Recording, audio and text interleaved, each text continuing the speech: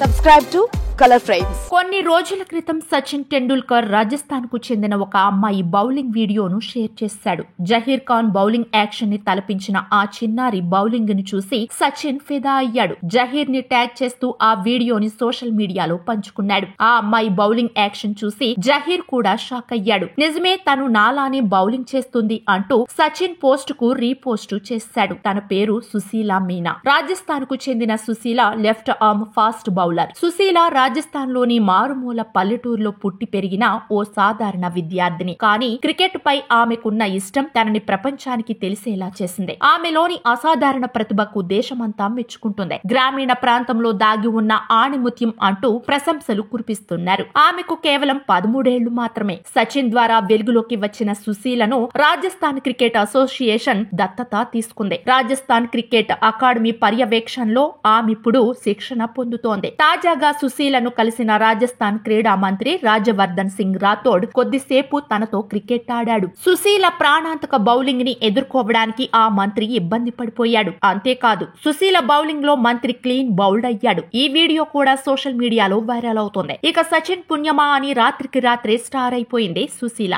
సచిన్ తన టాలెంట్ ని గుర్తించి ప్రపంచానికి పరిచయం చేయడంతో ఆమె జీవితం ఒక్కసారిగా మారిపోయింది. జహీర్ బౌలింగ్ చేసేటప్పుడు స్టంప్స్ దగ్గరకు రాగానే లాంగ్ జంప్ చేసి చేతిని ఆపి బౌలింగ్ చేసేవాడు. ఇప్పుడు సుశీల అదే బౌలింగ్ యాక్షన్ తో అదరగొడుతోంది. ఆమెను రాజస్థాన్ క్రికెట్ అకాడమీ హక్కును చేర్చుకుని మరింత శిక్షణిస్తోంది. త్వరలో ఆమెను దేశవాళీ టోర్నీలో అందించనున్నట్లు తెలుస్తోంది. వీడియో మీకు నచ్చినట్లయితే ప్లీజ్ లైక్ చేయండి, షేర్ చేయండి, కామెంట్ చేయండి.